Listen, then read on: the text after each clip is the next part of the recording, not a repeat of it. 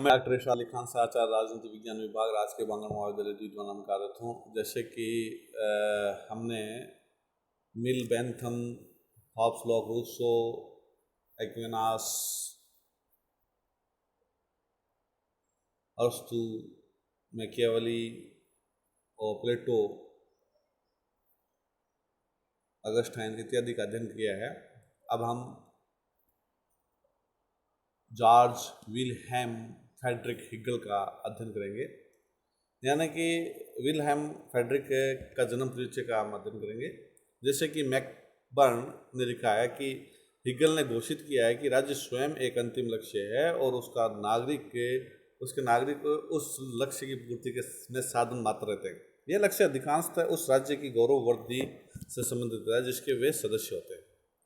Hegel के बारे में कहा जाता है कि वह केवल दार्शनिकों का राजा ही नहीं था बल्कि राजाओं के दार्शनिक था। जिन दार्शनिकों पर हिगल का प्रभाव पड़ा उनमें सर्वप्रथम कार्ल मार्क्स का नाम लिया जा सकता है। मार्क्स हिगल के द्वंद्ववाद के सिद्धांत से प्रभावित हुआ और उसकी अपनी विचारधारा के अनुसार बोर्ड कर समस्त विश्व को एक नए मार्ग पर ले जा सका। मार्क्स के साथ ही अंग्रेजी सब आदर्शवादी विचारक ग्रीन बोसंके भी हिगल के दर्शन से प्रभावित थे। इतना ही नहीं, हिगल के दर्शन ने ट्रास्टर्स्की, टायरशैन, ट्राइशैन जैसे इतिहासकारों और सेविगनी जैसे विधि शास्त्री को भी प्रभावित किया था। उसके प्रभाव पर टिप्पणी करते हुए बर्ट्रैंड रसेल ने लिखा है कि 19वीं शताब्दी के अंत में अमेरिका और इंग्लैंड में सभी प्रमुख दार्शनिक हिगल के अनुयायी थे। उसके इतिहास के दर्शन ने राजनीतिक सिद्धांत के विकास पर गंभीर प्रभाव डाला था। मार्क्स अपनी जवानी में हिगल का शिष्य था। हिगल के दर्शन का प्रभाव समाजवाद और साम्यवाद के दो प्रमुख विचारधाराओं के विकास पर पड़ा। 20वीं शताब्दी की प्रमुख विचारधाराएं फाशीवादी और नाजीवादी का जन्म हिगल द्वारा राज्य को दैवीय संस्था बनाने और उसे निरंकुश सत्ता प्रदान करने का परिणाम समझा जाता था। जर्मनी के महान राजनेता एवं कूटनीतिज्ञ बिस्मार्क ने हिगल के सिद्धांतों को मूर्त रूप प्रदान किया था। विश्व के इतिहास की धारा के प्रवाह को एक बार स्थिर कर देने वाले और उस प्रवाह में एक मोड़ ला देने वाले जर्मनी और इटली के दो तानाशाहों क्रमशः हिटलर और मुसोलिनी को हिगल के वारसपुत्र कहा जाता है। हिगल का जीवन परिचय के बारे में हम देखें तो 1770 से लेकर 1831 तक इनका कार्य जन्म और मृत्यु 1770 में इनका जन्म हुआ था, 1831 में इनकी मृत्यु हुई थी। यानी कि हिगल का जन्म जो जर्मनी के एक नगर स्टुटगार्ट में सन 1770 में हुआ और एक उच्च राज कर्मचारी का पुत्र होने के कारण हिगल का पालन पोषण एवं शिक्षा व्यवस्थित ढंग से हुई। 1793 ईस्वी में स्नातक की उपाधि प्राप्त करने के बाद उसने विभिन्न शैक्षणिक पदों पर कार्य किया। न्यूरेमबर्ग के एक स्कूल में प्रधानाध्यापक पद पर रहते हुए कठिन परिश्रम करके अपने ग्रंथ साइंस ऑफ लॉजिक को पूर्ण किया। परिणाम स्वरूप 1816 ईस्वी में उसकी हिंडलबर्ग विश्वविद्यालय में दर्शन शास्त्र के प्रोफेसर के रूप में नियुक्ति हो गई। यहाँ 1818 ईस्वी में उसने अपना प्रसिद्ध एवं विशाल ग्रंथ encyclopedia of the philosophical science लिखा, जिसने उसकी ख्याति को और बढ़ा दिया। फलतः उसे विश्व प्रसिद्ध बर्लिन विश्वविद्यालय में दर्शन शास्त्र के प्रोफेसर पद पर नियुक्ति मिली। इस स्थिति में उसने बहुत प्रतिष्ठित और ख्यातिपूर्ण दार्शनिक जीवन व्यतीत किया। बाद में वह इस विश्वविद्यालय का प्रधान बन गया और अपने ग्रंथ फिलॉसफी ऑफ राइट और फिलॉसफी ऑफ हिस्ट्री के आधार पर उसने एशिया के निरंकुश राजतंत्र का दार्शनिक आधार पर उग्र समर्थन किया। निरंकुश राजतंत्र के इस गुण के कारण के फलस्वरूप वह शाकाहारी दार्शनिक के रूप में जाना लगा। 61 वर्ष की आयु में उसका आकस्मिक देहावसान हो गया। यानी कि हम ये कह सकते हैं कि इसमें एक महान द्वंद्ववादी विचारक थे जिनकी सृजनात्मक उपलब्धियां दार्शनिक, राजनीतिक चिंतन, विधिक चिंतन का समुचे इतिहास के एक अत्यंत महत्वपूर्ण मील का पत्थर है। उसका नाम जर्मन आदर्शवादी परंपरा के मूल प्रवर्तकों में के कांट के पश्चात दिया जाता है और उसके ग्रंथों में उस राजनीतिक आदर्शवादी अपनी चरम सीमा तक पहुंच गया था। यानी कि उसका पिता जो हिगल को धर्मशास्त्र का विद्वान बनाना चाहता था, इसी उद्देश्य की पूर्ति हेतु ट्यूबिंगन के धार्मिक विद्यालय में उसे भर्ती करवाया था। हिगल स्कूल में पढ़ाई के दौरान प्राचीन यूनानी रोमन इतिहास तथा साहित्य में रुचि लेने लग गए थे। इस काल में के उनके विचारों में प्राचीन यूनान का कुछ हद तक आदर्शीकृत बिंब और लोगों के वास्तविक नैतिक संगठन के नाते राज्य के बारे में प्लेटो और अरिस्टो के विचारों के प्रति रुझान देखा जा सकता है।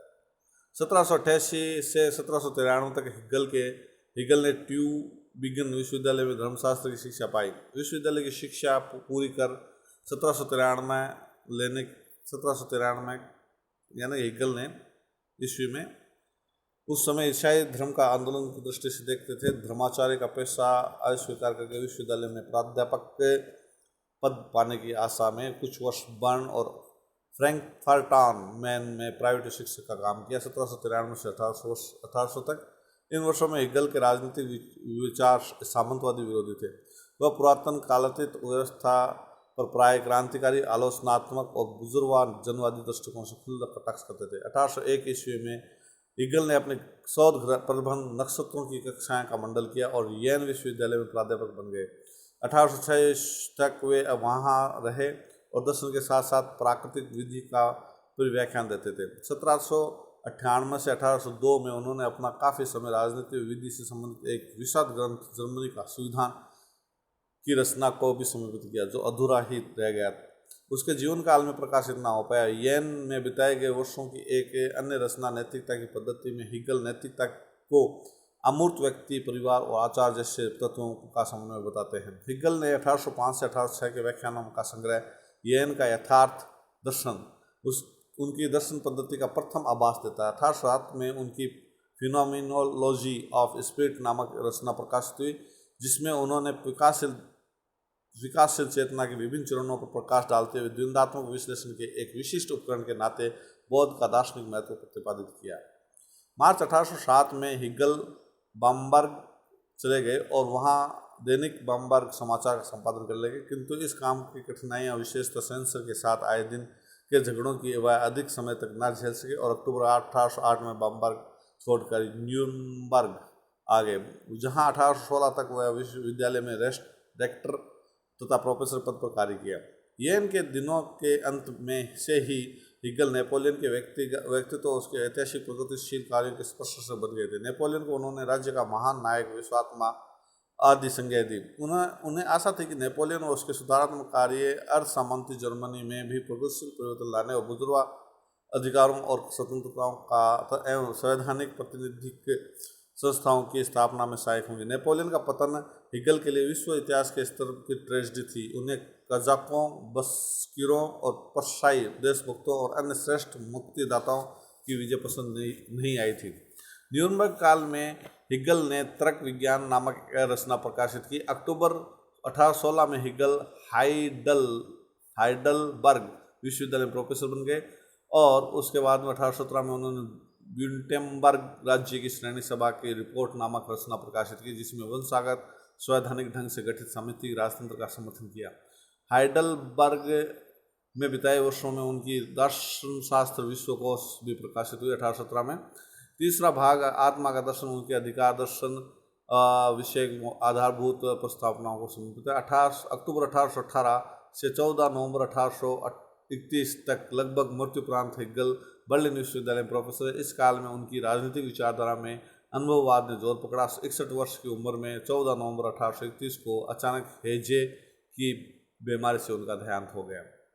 हिगल की रचनाओं में जैसे महान दार्शनिक था, अपितु एक विद्वान लेखक भी था। परिधि दर्शन राजनीति के आगे थी और क्षेत्रों में से भी आगे थी, यानी कि उसके कृतित्व के परिधि में दर्शन, अध्यात्म, कला, आचार, इतिहास, राजनीति सभी आते हैं। Phenomenology of spirit, science of logic, encyclopedia of the philosophical science, philosophical of law या philosophy of right, constitutions of Germany, the philosophy of history. Hegel के दार्शनिक विचारों का श्रेष्ठतम निचोड़ उसके ग्रंथ फिनोमिनोलॉजी ऑफ स्पिरिट में मिलता है।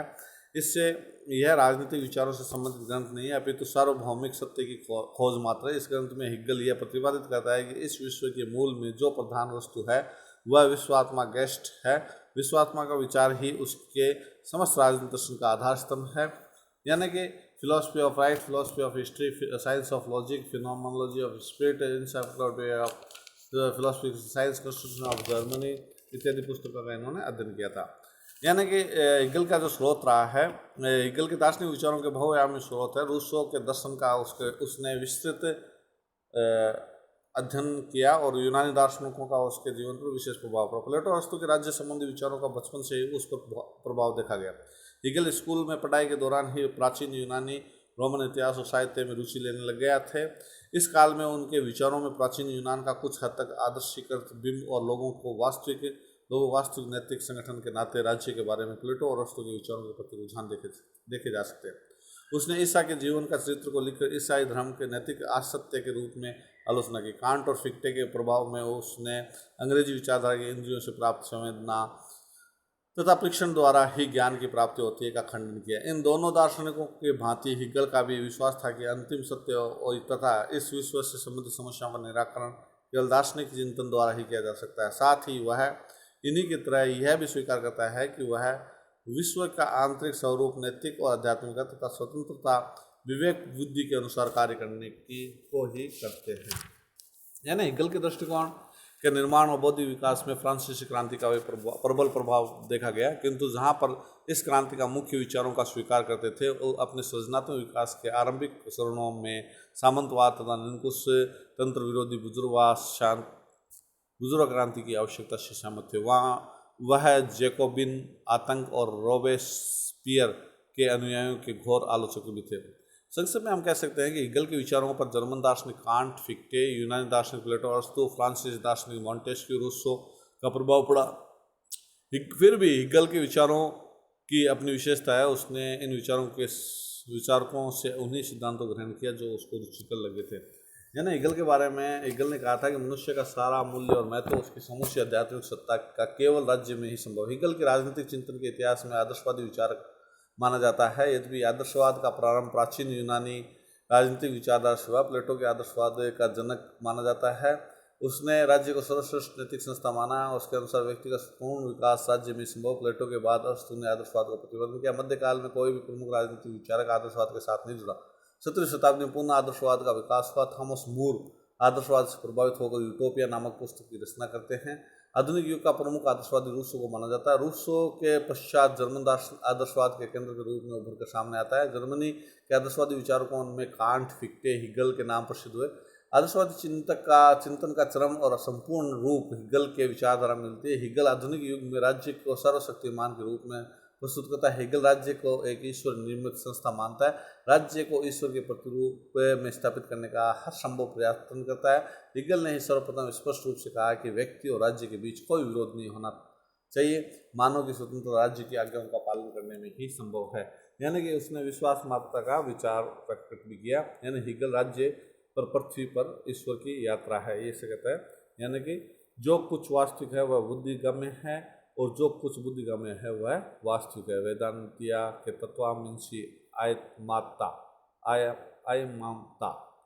ब्रह्मा के भांति हिगल का दर्शन सूत्र है। यानी कि हिगल ने सर्वप्रथम विश्वात्मा शाश्वत है, इसका सतत क्रियाशील गतिशील भी है। यानी